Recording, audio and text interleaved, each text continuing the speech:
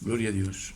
Ante todo, quiero decirles que toda la gloria es para el Santo, para el Poderoso, para el Sublime, para el Eterno, el que no cambia, que es el mismo ayer, hoy y por los siglos de los siglos. Y quisiera entretenerme con ustedes acerca de una visión, más que de un sueño que Dios me ha dado, acerca de esta fin de los tiempos. A menudo oímos en estos días, en estos tiempos, Dios me ha hablado, he visto, he oído, Dios me ha dicho. Pero mi primer consejo es que antes de todo, analicen ustedes todo a la luz de la palabra de Dios, para ver si lo que les están diciendo o lo que yo les estoy diciendo concuerda o no con la palabra santa de Dios. Pero lo que tengo que decirles hoy es que Dios me ha hablado por medio de una visión, y eso es un hecho real que ocurrió el 3 de abril, un domingo, 2022, hace un mes. Era un domingo, era ya las 5:30 de la tarde, cuando decidí, pues, de hacer una siesta. Digo que es más una visión que un sueño, porque no dormía, pero tampoco estaba despierto. Y cuando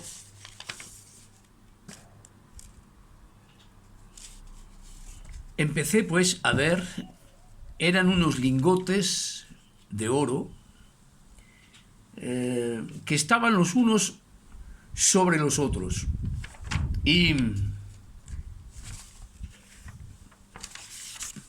eran todos los mismos, eran todos iguales, y comprendí que esos lingotes, cada uno de ellos, éramos nosotros los cristianos, los fieles. Pero el que estaba por encima de todos, al cual se veía toda su superficie,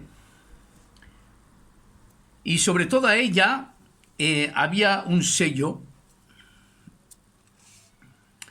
quien atestiguaba que esos lingotes eran verdaderamente de oro. Y el que atestiguaba eso es el mismo que aparecía en ese sello. Era un rey que estaba sentado en un trono.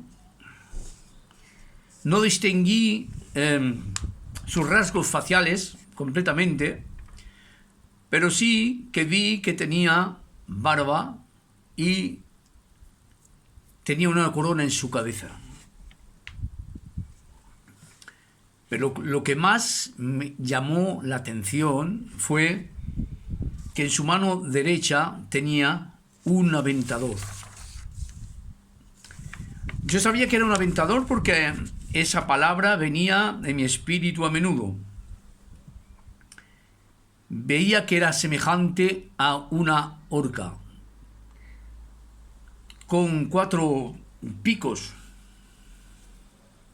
No era un tridente como se suele ver de veces con algunas imágenes de los dioses griegos, sino que tenía 4 picos. He hecho búsquedas de fotos para ver si encontraba ese aventador con 4 picos, y miren estas fotos.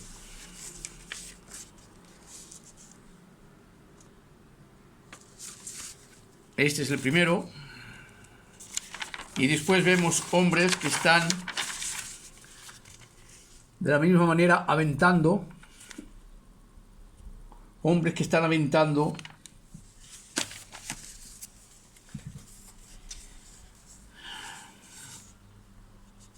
En la palabra de Dios nos es hablado de ese aventador, y eso lo encontramos en Mateo 3:12. Y dice así: su aventador está en su mano, y limpiará su era, y recogerá su trigo en el granero, y quemará la paja en el fuego que nunca se apaga. Limpiará su era, es la era que le pertenece a él, pero que él tiene que hacer esa separación entre el grano de trigo y la paja. El aventador se utiliza de la manera siguiente. Con él se coge pues el grano de trigo que es echado al aire, proyectado, es así que se dice en castellano me parece, en el aire, y cuando él cae, como es más pesado, vuelve a caer casi al mismo lado. Sin embargo, la paja es llevada por el viento. Así que para hacer esa separación es por medio del aventador que él mismo es utilizado por el granjero o el paisano que está en la situación aquí mismo. El que lo hace es el Señor él mismo. Pero Pedro nos habla de esa separación también, pero de otra forma. Y así en 1 de Pedro 4:7 dice: porque es tiempo de que el juicio comience por la casa de Dios. Y si primero comienza por nosotros, ¿cuál será el fin de aquellos que no obedecen al Evangelio? Cuando Pedro dice es tiempo, la palabra utilizada aquí es kairos, que en el sentido bíblico es el momento elegido por Dios para el cumplimiento de su voluntad. Es el momento particular de la acción divina en medio de los hombres. Sigue diciendo Pedro, porque es tiempo que el juicio, oigan bien, el juicio comience por la casa de Dios. La palabra juicio utilizada aquí no es la misma palabra con la que se utiliza para el juicio final, ni el juicio de los paganos, sino es un juicio para la Iglesia. Esa palabra de juicio aquí mencionada en Pedro está descrita como krima en griego. Y esta palabra viene de krino, que quiere decir separar, pronunciar una opinión acerca de lo verdadero y de lo falso. Como hemos visto, no es la misma palabra utilizada como, por ejemplo, en Mateo 12:36, cuando habla del día del juicio. Esa palabra viene del griego también, que se dice crisis, que quiere decir un juicio, ser castigado por los jueces. Así que podemos ver bien la diferencia entre separar y un juicio donde se puede ser castigado. Así que el juicio que nos habla Pedro es una separación igual de lo que hemos visto entre la separación del trigo y la paja. Otro ejemplo similar en Mateo 25. A partir del verso 1 leemos: entonces el reino de los cielos será semejante a 10 vírgenes, que tomando sus lámparas salieron a recibir al esposo. 5 de ellas eran prudentes y 5 insensatas. Las insensatas, tomando sus lámparas, no tomaron consigo aceite, mas las prudentes tomaron aceite en sus vasijas, juntamente con sus lámparas. Y tardándose el esposo, cabecearon todas y se durmieron. Y a la medianoche se oyó un clamor: aquí viene el esposo. Salid a recibirle. Entonces todas aquellas vírgenes se levantaron y arreglaron sus lámparas. Y las insensatas dijeron a las prudentes: danos de vuestro aceite, porque nuestras lámparas se apagan. Mas las prudentes respondieron diciendo: para que nos falte a nosotros y a vosotras, id más bien a los que venden y comprad para vosotras mismas. Pero mientras ellas iban a comprar, vino el esposo, y las que estaban preparadas entraron con él a las bodas, y se cerró la puerta. Después vinieron también las otras vírgenes diciendo: Señor, Señor, ábrenos.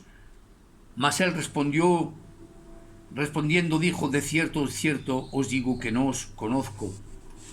Velad pues, dice, porque no sabéis el día ni la hora en que el Hijo del Hombre ha de venir. Aquí también es una separación que se hace naturalmente entre dos grupos de doncellas vírgenes que aparentemente eran todas iguales. No se distinguía ninguna diferencia entre estos dos grupos de doncellas. Cabecearon todas y se durmieron, hasta que a la medianoche se oyó el clamor: y aquí viene el esposo. Salid a recibirle. Aquí fue donde empezó la diferencia entre las vírgenes prudentes y las insensatas. Las insensatas se dieron de cuenta que no tenían bastante reservas de aceite para hacer el camino con el esposo, porque este texto nos recuerda que habían cogido sus lámparas, pero no reservas de aceite. Las vírgenes, ellas, las prudentes, no solamente tenían sus lámparas, pero también tomaron vasijas llenas de aceite. Esta sola diferencia hace que unas fueran prudentes y las otras insensatas. La palabra insensata viene del griego morros, que quiere decir insensata, pero también loca. La significación de la palabra insensatez en el diccionario Larousse dice así: que ha perdido la razón. Y tiene muchos otros sinónimos, y estos son algunos de ellos, que dice demente, desequilibrado y loco. Al contrario, la prudente viene del griego frónimos, que quiere decir inteligente, prudente, sabio, atento a sus intereses.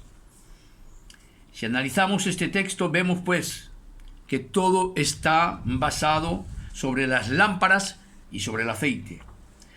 Lo que hace la diferencia entre estos dos grupos es el aceite. Las llamadas insensatas o locas no cogieron reservas de aceite. ¿A qué pues podríamos comparar la lámpara? ¿Qué significado puede tener?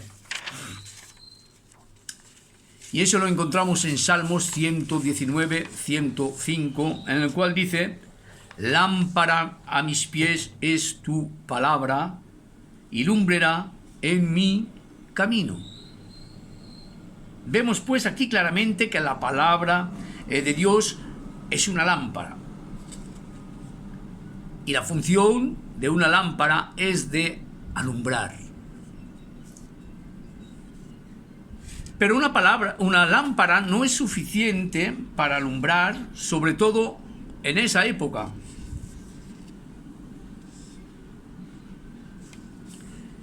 Esa palabra que llamamos nosotros palabra de Dios, que es la Biblia, ha sido muchas veces mal interpretada. Y de ella han salido hasta sectas. ¿Qué diríamos pues? ¿Que es la culpa de la palabra? No, en ninguna manera. Esa lámpara necesita pues aceite para alumbrar, y el símbolo del aceite en la palabra lo encontramos, y se habla de eso, de la unción santa, en Éxodo 30, 25, 30, 31 y 37, 29. No vamos a leer todos esos versos, pero sí, miren, leamos en Salmo 89, 21, que dice: he encontrado a mi siervo David y lo he ungido de mi aceite santa. Samuel 16, 13 dice así: y Samuel tomó el cuerno de aceite y lo ungió en medio de sus hermanos. Y desde aquel día en adelante el Espíritu de Jehová vino sobre David. Este es el aceite de la unción santa, el cual Samuel ungió a David. Esta palabra de unción nada más aparece 2 veces en el Nuevo Testamento, y se dice crisma en griego, y quiere decir todo lo que sirve a ungir, generalmente a base de aceite y de hierba. En el Nuevo Testamento pues encontramos esos 2 textos, y el primero es en 1 de Juan 2:20, que dice así: pero vosotros tenéis la unción del Santo y conocéis todas las cosas. El segundo verso es en el mismo capítulo, en el capítulo 2 de la 1 de Juan, verso 27, dice, que es más expresivo aún que el primero, dice así: pero la unción que vosotros recibisteis de él permanece en vosotros, y no tenéis necesidad de que nadie os enseñe, así como la unción misma os enseña todas las cosas, y es verdadera y no es mentira. Según ella os ha enseñado, permaneced en él. Aquí nos dice que la unción misma de Dios, ella misma nos enseña la verdad, y es ella que hace barrera en nuestras vidas contra el error, porque ella nos da el conocimiento y la revelación de la verdad en su palabra. Esta unción que nos es hablado aquí es el Espíritu Santo en nosotros. No es solamente hablar en lenguas, no, es mucho más que eso. Miren, en Hechos 1:8 dice así: pero recibiréis poder cuando haya venido sobre vosotros el Espíritu Santo, y me seréis testigos en Jerusalén, en toda Judea, en Samaria y hasta lo último de la tierra. Y sigue Juan 16:13, perdón: pero cuando venga el Espíritu de verdad, Él os guiará a toda la verdad. Porque no hablará por su propia cuenta, sino que hablará todo lo que oyere, y os hará saber las cosas que habrán de venir. De la misma manera que los 2 versos de Juan, Jesús él mismo dice, os conducirá a toda la verdad. Este aceite que faltaba a las vírgenes locas o insensatas es el espíritu de la unción de la verdad, que nos da el conocimiento, es la unción del Santo sobre nuestras vidas, que hace que tengamos el carácter de las vírgenes sabias. Esa inteligencia no es humana, sino que baja del cielo.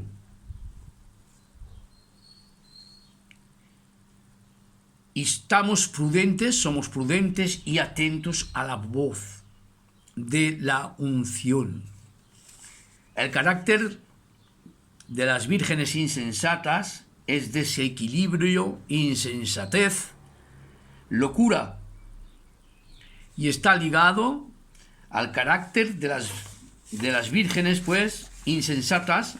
Es lo que dice Pablo en 1 Timoteo 4:1, y dice así: pero el Espíritu dice claramente que en los postreros tiempos algunos apostatarán de la fe, escuchando a espíritus engañadores y a doctrinas de demonios. Por fin, hermanos y hermanas, seamos firmes, pues, y sepamos guardar el verdadero depósito y la verdadera unción que hace que guardemos la verdad, la verdadera doctrina de la palabra, y que no nos dejemos engañar, como dice nuestro Señor en Mateo 24:24, porque se levantarán falsos cristos y falsos profetas y harán grandes señales y prodigios, de tal manera que engañarían, si fueran posible, aún a los escogidos. Y terminaré con Efesios 4:14, para que ya no seamos niños fluctuantes, llevados por donde quiera de todo viento de doctrina, por estratagema de hombre que para engañar emplean con astucia las artimañas del error. Es una evidencia, pues, hermanos y hermanas, que nos encontramos al fin de los tiempos, y que antes que recoja su trigo en su granera, tiene el Señor que hacer esa separación. Antes que se produzca el rapto de la iglesia, esa separación se va a hacer, y va a ser de más en más notable esa diferencia de doctrina, y las vírgenes insensatas van a ser aún más insensatas. Y quisiera decirles que lo más importante, que nos podamos conservar como esas vírgenes sabias, no las insensatas ni las locas. ¿Saben? Esa separación se va a hacer de más en más notable. Quizás eran hermanos con los cuales antes compartíamos la palabra, orábamos juntos, estábamos en la misma iglesia, pero Dios hace su separación. Y terminaré con Efesios 5:27, a fin de presentársela a sí mismo una iglesia gloriosa, que no tuviese mancha ni arruga, ni cosa semejante, sino que fuese santa y sin mancha. Como he dicho antes, las vírgenes insensatas van a ser aún más insensatas. Y las vírgenes sabias se van a guardar, a preservar de esas falsas doctrinas, de esos falsos espíritus que están para engañar a los hombres. ¿Saben? Cuando Dios habla, no habla en vano. Siempre Dios, cuando habla, es para algo. Y aquí yo pienso que el Señor me ha dado esta visión para que yo pueda compartirla, y que la gente pueda, aquel que lo oye cristiano, hacer atención, saben que dice la palabra del Señor, que probarán de engañar, si fuere posible, a unos los mismos elegidos, escogidos. Así que, hermanos y hermanas, perseveremos en el camino de la santidad, del amor, de la separación del mundo, y guardemos la palabra de Dios tal como está escrita. Saben, ahora dicen, es que antes no entendían, no comprendían. Tenemos que evaluar en el Evangelio. Los ancianos no comprendían, y ahora son nuevas doctrinas que nos están sacando. Así que, hermanos, en el nombre de Jesús, les aconsejo de que guarden la palabra de Dios en sus corazones como un buen depósito. Es en el nombre de Jesús que quiero dar gracias, y todo lo que he dicho es en el nombre del Padre, del Hijo y del Espíritu Santo, y toda la gloria reviene para el Dios vivo. Que Dios les bendiga. Amén.